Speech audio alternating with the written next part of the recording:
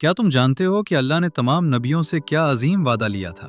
कल हम लोगों ने डिस्कस किया था सूरह अल इमरान का 8 रुकू, और आज हम लोग डिस्कस करेंगे सूरह अल इमरान का 9 रुकू। इस रुकू में अल्लाह ताला फरमाते हैं, और याद करो जब अल्लाह ने तमाम नबियों से अहद लिया कि जो किताब और हिकमत में तुम्हें दूं, फिर तुम्हारे पास एक रसूल आए जो उसकी तस्दीक करे जो तुम्हारे पास है, तो तुम जरूर उस पर ईमान लाना और जरूर उसकी मदद करना। अल्लाह ने फरमाया, क्या तुमने इकरार किया और उस पर मेरा जिम्मा कबूल किया? सब ने कहा, हमने इकरार किया। अल्लाह ने फरमाया, तू गवाह रहो और मैं भी तुम्हारे साथ गवाहों में हूँ। फिर जो उसके बाद मुंह फेर ले वही लोग फासिक हैं। क्या ये लोग अल्लाह के दीन के सिवा कोई और दीन चाहते हैं? हालांकि आसमानों और जमीन में जो कुछ है सब ने खुशी से या मजबूरी से अल्लाह के आगे सर झुका रखा है और सब उसी की तरफ लौटाए जाएंगे। कह दो, हम अल्लाह पर ईमान लाए और उस पर जो हम पर नाजिल किया गया और जो इब्राहीम, इस्माइल, इसहाक, याकूब और उनकी औलाद पर नाजिल किया गया और जो मूसा और ईसा को दिया गया और जो तमाम नबियों को उनके रब की तरफ से दिया गया। हम उनमें से किसी के दरमियान फर्क नहीं करते और हम अल्लाह के फर्माबरदार हैं। और जो कोई इस्लाम के सिवा कोई और दीन तलाश करेगा तो वो उससे हरगिज कबूल न किया जाएगा और वो आखिरत में नुकसान उठाने वालों में से होगा। अल्लाह उस कौम को कैसे हिदायत दे जो ईमान लाने के बाद कुफ्र करे,